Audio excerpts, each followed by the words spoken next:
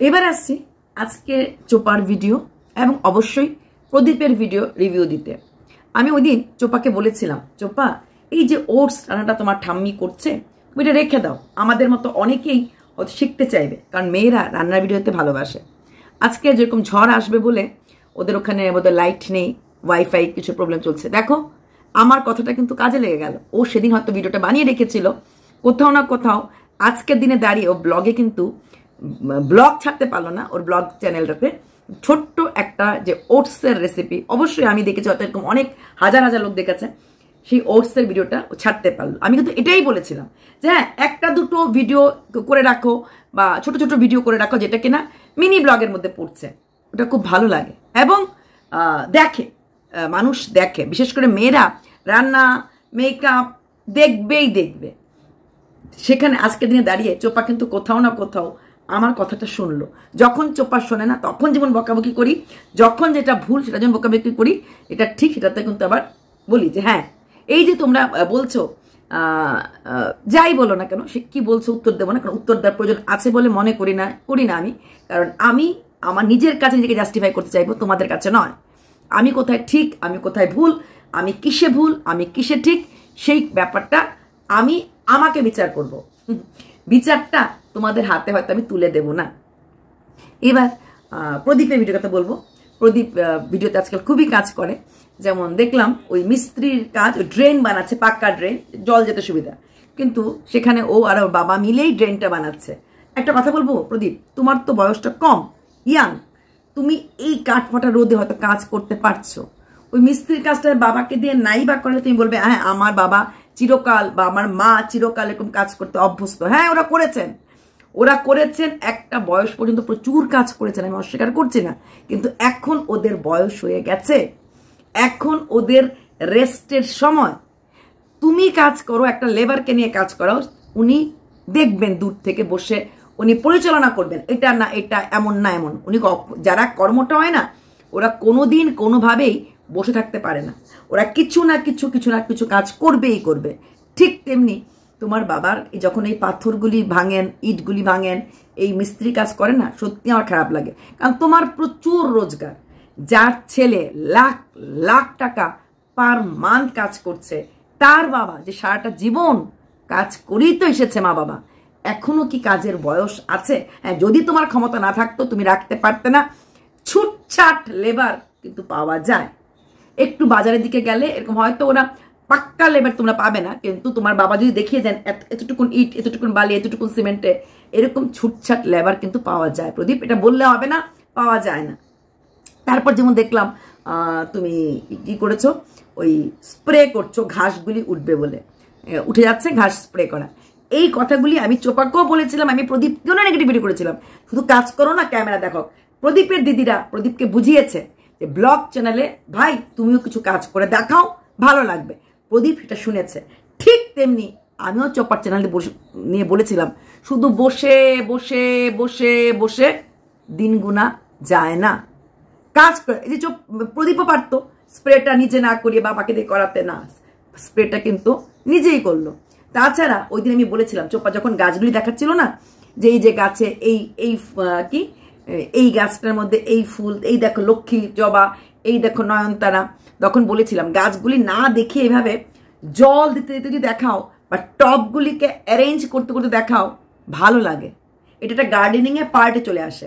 আজকে কিন্তু প্রদীপ ছেলেকে নিয়ে গিয়ে ওই ওপরের ছাদের গাছগুলিতে বা সিঁড়ির মধ্যে যে গাছগুলি লাগিয়েছে সেগুলিতে রেগুলার জল দেওয়া হয় না, স্বীকার করেছে গরমের জন্য উপরে যাওয়া হয় না, জল দেওয়া হয় না। তবে একটা কথা আমি বলতে চাই, এখানে গাছের জল কিন্তু তপ্ত গরম, কাঠ ফাটা রোদে দিতে নেই, গাছের জল দিতে। আমি দেখেছি আমার যখন শিলং ছিলাম, গার্ডেনার মহিলা ছিল, উনি প্রচণ্ড গাছ ভালোবাসত, উনি কিন্তু সূর্য ঢলে যাওয়ার পরেই বিকেলের দিকে জল দিতেন, ভোরের জলটাও কিন্তু ভোরবেলা দিতেন, দুপুরবেলা মানে মধ্য দুপুরে বেলা 12টা 1টা 11টা কাঠফাটা রোদে কিন্তু গাছে জল দিতেন না।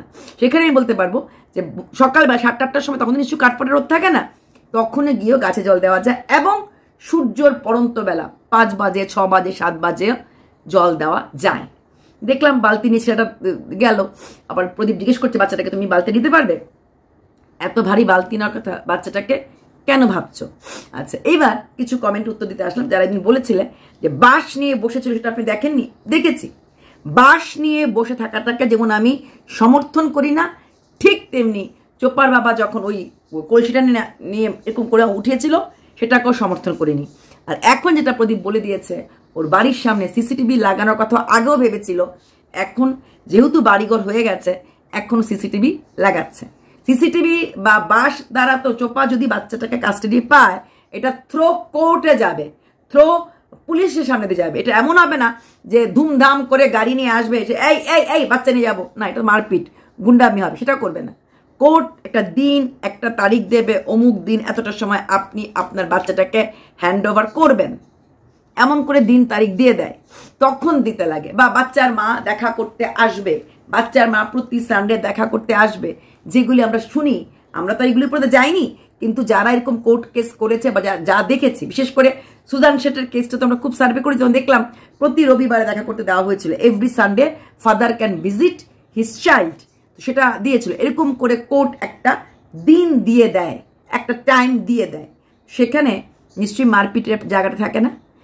তাই ওই সিসিটিভি লাগালো যা না লাগালো তা, সেখানে চোপাকে রোববারে দেখা করতে দিল আর চোপাকে শুক্রবারে হাজির হয়ে গেল, সেটা হবে না। বা প্রদীপকে রোববারে দেখা করতে দিল, প্রদীপকে শুক্রবারে হাজির হয়ে যাবে, সেটাও কিন্তু হবে না। প্রত্যেকটা দিন, প্রত্যেকটা তারিখ, প্রত্যেকটা কিছু কিন্তু কোর্ট ফিক্সড করে দেয়, ঠিক আছে? তো প্রদীপের যেমন এই কাজগুলি ভালো লেগেছে মুড়ির কোটাতে মুড়ি ঢেলে রাখা, ছাতু ঢেলে রাখা, এই কাজগুলি যেও করে, সেটাই আমি কিন্তু চোপাকে বলেছিলাম যে এই সুন্দরী, বাচ্চা নিয়ে খেলছিস, এই মুড়ি দিবি না, একটুখানি সেই বড়া ভাজাটা দেখানো, সেই লিচু মানে তরমুজ ঠাম্মা কাটছে না, ও কেটে ভিডিওতে ব্লগিংয়ে দেখানো, এটা বলেছিলাম। তার জন্য আমি প্রচুর নেগেটিভ কমেন্ট পেয়েছি। I never care. আজকে আমি আমার এক বন্ধুদেরকে বলছিলাম, জানিস এমন এমন নেগেটিভ ইসে আসে, দূর, এসব নেগেটিভ কমেন্ট কেয়ার করলে হবে? এটা তো সত্যি কথা। আমাদের চোখে যেটা ভালো সেটা ভালো। আচ্ছা, এবার আসছি কেস সংক্রান্ত কথা। এটা কালকে অনেকেই বলেছে যে এইভাবে কি করে কেস হয় না হয়, কেস কি করে হয় না হয় সেটা নিশ্চয়ই উকিল বুঝবে, নিশ্চয়ই জাজ বুঝবে। তবে অনেকে আবার বলছে চোপা কেস হাইকোর্টে করেছে, প্রদীপ যে কেসটা আবেদন করেছে সেটা লোয়ার কোর্টে করেছে। ইয়েস, প্রদীপ যে কেসটা আবেদন করেছে বাচ্চা নিয়ে, সেই কেসটা লোয়ার কোর্টে করেছে। লোয়ার টু সুপ্রিমেও যাওয়া যায়, এতে টাইম কনজিউমটা অনেক বেশি লাগে। আর সেই টাইম কনজিউমটাতে যতদিন থাকবে বাচ্চার, ততদিন প্রদীপের কাছেই থাকবে। ভুল কথা যারা কালকে আমাকে কমেন্টে লিখেছ, এই কেসটা কেসই না। কারণ যখন কোনো লোক হাইকোর্টে কেস দেয়, তার এগেনস্টে যখন কোনো কেস হয়, এটা সুপ্রিম কোর্টে হওয়া উচিত না। চোপার কেস যেটা নিয়ে করেছে আর প্রদীপ যে নিউ কেসটা দিয়েছে, সম্পূর্ণ আলাদা। অবশ্যই দুজনের সাবজেক্ট সেম, বাচ্চার কাস্টাডি, কিন্তু কেসের ভেতরটা আলাদা। ওই যে একটা গ্লাস জল যদি হাফ ভর্তি থাকে, কেউ বলবে গ্লাসটা অর্ধেক ভর্তি, আর কেউ বলবে গ্লাসটা অর্ধেক খালি। এটা ওই কথাতে মানে মধ্যে নির্ভর করছে, অর্ধেক ভর্তি না অর্ধেক খালি। ঠিক কেস সংক্রান্ত যে কথাটা, সেটা সেখানে গেলে চোপার কেসটা আলাদা গ্রাউন্ডে, প্রদীপ যে কেসটা দিয়েছে বাচ্চাকে নিয়ে সেটা আলাদা গ্রাউন্ডে। আর রইল বাকি সঙ্গীতা দিকে আমার উস্কানোর আমার কোনো দরকার নেই। উনি যথেষ্ট ম্যাচিওর্ড, যথেষ্ট বিজ্ঞ। ওনার কাছে তো আমি ওনার পায়ের নখ কোনো কিছুরই যোগ্য না, পায়ের নখ তো দূর কি বাত। হ্যাঁ, আমার এত কিছু আইডিয়া নেই, আমি তো জানিও না, বুঝিও না, বুঝতে পারবো না। আমি সবসময় একটা জিনিস চেয়েছিলাম, মা বাবা যেন একসাথে এক ঘরে থাকে। একটা বাচ্চা ডেভেলপমেন্টের জন্য মা বাবা দুজনের কি লাগে, সেখানে মা ছাড়া যেমন বাচ্চা ভালো থাকতে পারে না, বাবা ছাড়াও বাচ্চা ভালো থাকতে পারে না। যদি মার কাছে থাকে, সৎ বাবা যখন মার সাথে ঝগড়া করবে, বাচ্চাটা তখন আরো বেশি কষ্ট পাবে, না জানি কি নামে গালিগালাজ করবে, অবশ্যই প্রশ্নবোধক থাকবে। তাহলে কি প্রদীপের কাছে গালিগালাজ করবে না? করবে। প্রদীপের কাছে থাকবে, যখন প্রদীপ গালাগালিজ করবে তখন কি হয়, মা বাবা দুটোই আপন। কিন্তু সৎ বাবা যখন মাকে গালি করবে না, তো বাচ্চাটার মনে হবে, ইস আমার মা আজকে একা হয়ে গেল, মানে একটা অসহায়ত্ব। বাবা তো আমার আপন না, মা আপন, তাই আমার মাকে গালিগালাজ করছে। ঠিক তেমনি যখন প্রদীপের কাছে থাকবে, যদি সৎ মা ওর সাথে খারাপ ব্যবহার করে, তখন ওর কষ্টটা অনেকটা বেশি হবে এই জন্য যে আজকে যদি আমার মা থাকতো তাহলে সেটা হতে পারতো না।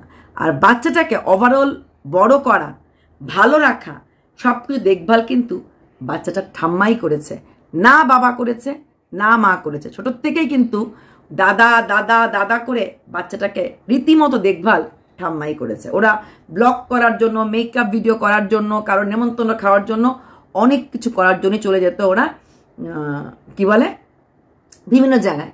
সেখানে দাঁড়িয়ে কিন্তু বাচ্চাটার দেখভাল এই ঠাম্মাই করেছে। তিনজন যখন খেতে বসেছে, আমার একটা জিনিস খারাপ লেগেছে, বাচ্চাটার ভাতটা না ওরা মেখে দেয়নি। হ্যাঁ, বাচ্চাটার ভাতটা অ্যাটলিস্ট ডাল দিয়ে তরকারিতে মেখে দাও, সাথে মাছ থাকুক, বড়া থাকুক, সাদা সাদা ভাতের উপরে ডাল দিলে, তরকারি দিলে বাচ্চাটা ভালো, কোনো বাচ্চাই ভালো করে মাখতে পারে না। ওর এখনো ঠিক আছে, বাচ্চাটা ইন্ডিপেন্ডেন্টলি খাচ্ছে, ঠিক আছে, কিন্তু বাচ্চাটার মাখতে তো পারছে না, না মাখলে টেস্টটাও আসছে না। সেখানে দাঁড়িয়ে আমার মনে হয় বাচ্চাটাকে ভাতটাকে ভালো করে মেখে দিলে, কচলে, ওর খেতে ভাল লাগবে। ও নিজের হাতে খাক, নিজে কিছু করে খাক, জাস্ট বাচ্চাটাকে মেখে দেওয়া হোক, যে আমি মেখে দিচ্ছি। হ্যাঁ, যদি ও মেখে দেওয়ার পর থাল দিয়ে বসানো উচিত। বাচ্চাটা মনে হয় সাদা ভাত খেতে একটু ভালোবাসে, যেটা আমার ভিডিও দেখেছিলাম। একটু সাইডে সাদা ভাত রেখে দিলেও হয়, যে ঠিক আছে ও সাদা ভাত একটু যদি মনে করে যে ওর যদি একটু ইন্ডিপেন্ডেন্ট চিন্তাভাবনা থাকে, একটুখানি ভাতের মধ্যে ডাল ওপরে দিল, সেটাও মাখলো, যদি রাগারাগিও করে, বলা তো যায় না, যথেষ্ট স্মার্ট বাচ্চা। আরেকটা বাকি থালটাতে যেটুকুন ভাত আছে, যেই তরকারিটা দেবে বা যে তরকারিটা দিয়ে মাখা হবে, সেটা দিয়ে মেখে দিলে আমার মনে বেটার হবে। কারণ বাচ্চাটা কিন্তু মাখতে পারে না, ওই ভাতটা ডালের উপরে ভাতটাই খাবে, নিচে ভাতগুলি হোয়াইট থেকে যায়। আজকের কথা না, আমি আগেও দেখেছি তরকারি দিচ্ছে, তরকারিটা উপরে আছে, কিন্তু বাচ্চাটা খাচ্ছে, ওপর দিকে তরকারি চলে যাচ্ছে, নিচের ভাতগুলি প্রায় সময় কিন্তু হোয়াইট থেকে যায়। আর মেখে দিলে বাচ্চাটার খেতে কিন্তু খুব সুবিধা হবে। তাই একটা কথাই বলবো, প্রদীপের এই জিনিসটা খুব ভালো লেগেছে, সব কাজ এখন নিজে করছে। তবে হ্যাঁ, বাবাকে দিয়ে কাজ করাটা কম করাও। আর মার পক্ষ কিন্তু এত বড় বড় ঘরগুলি এইভাবে হাঁটু গেড়ে বসে বসে মোছাটা অনেকটাই কষ্টকর। মপ উনি ইউজ করেন না। আমার মনে হয় কোথাও না কোথাও এখন যখন এত বড় বাড়ি হয়েছে, একটা কাজের লোক বানতে হয়, অ্যাটলিস্ট কিছু না হোক পুরো বাড়ি ঝাড় দেওয়ার জন্য আর ঘরগুলি মোছার জন্য। বাকি কাজ না তোমরা নিজেরাই করে ফেললে। আর বাবার ক্ষেত্রে যেদিন লেবারের কাজ করতে লাগবে, সেদিন একটা লেবার মেশামশা থাকলেন, দেখিয়ে দিলেন, কিন্তু নিজে ওই কাঠমাটা রোদের মধ্যে দাঁড়িয়ে মিস্ত্রির কাজ করাটা ভালো লাগে না, সত্যি ভালো লাগে না। করেছেন তো এক সময়, এখন তো ছেলে প্রচুর রোজগার করে। ছেলের যদি আর্থিক ক্ষমতা না থাকতো, তাহলেই মেনে নিতাম। যে এখন বল না, গ্রাম বাংলার লোকরা, আরে গ্রাম বাংলার লোকরা কাজ করতে পারে, শরীর ভালো থাকে, উনি তো কাজ করছেনই। বাট কাঠফাটা রোদের মধ্যে বসে বসে এগুলি সত্যিই কষ্টকর। আর দরকার নেই, ছেলে ওনার রোজগার করে। আর চোপা দেখলে তো, ওটসের ভিডিওটা তুমি করেছিলে, থ্যাংক ইউ। এই ধরনের রেসিপিগুলি সত্যি অনেকের কাজে লাগে, ভালো লাগবে। ওটসের রুটি তুমি বানাও বলেছো, কি করে বানাও একটা ভিডিও তুমি দিও। ওকে, বাই, টিল দেন। দুজনেই ভালো থেকো, চোপাও ভালো থেকো, যে যেইভাবে ভালো থাকতে চায় সেভাবে ভালো থেকো। আর সবার আগে এবং সবার পরে একটাই কথা, আমার সোনা বাবাটার জন্য রইল অনেক অনেক অনেক ভালোবাসা। Love you.